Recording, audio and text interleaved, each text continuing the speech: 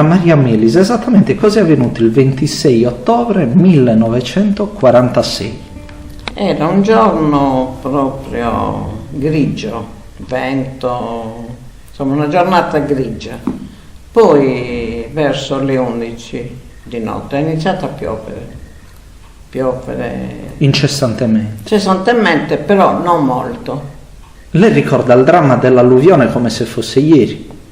sempre, perché eravamo in 8 di famiglia, siamo rimasti in 3, Piazza Rinascita si chiama quello, la mia casa era là, eravamo 8 di famiglia, è arrivata questa, perché c'è il fiume vicino, è arrivata quest'acqua proprio Abbondante.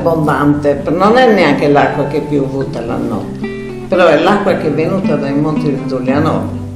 Era il 1946. 26 ottobre, infatti questa strada prende il nome di quel giorno. Giusto per non dimenticare questo terribile dramma. Eravamo in 8 e siamo rimasti in 3, genitori, morti, due sorelle e un fratello. Poi tutta una volta si è sentito un rumore, proprio un rumore assordante di acqua, ed è sceso, il fiume si è riempito, acqua che è scesa dai monti di Giulianova, ma una valanga di acqua. Sono rimasta io che avevo 17 anni, un fratello di 12 e un fratello di 3 anni e mezzo.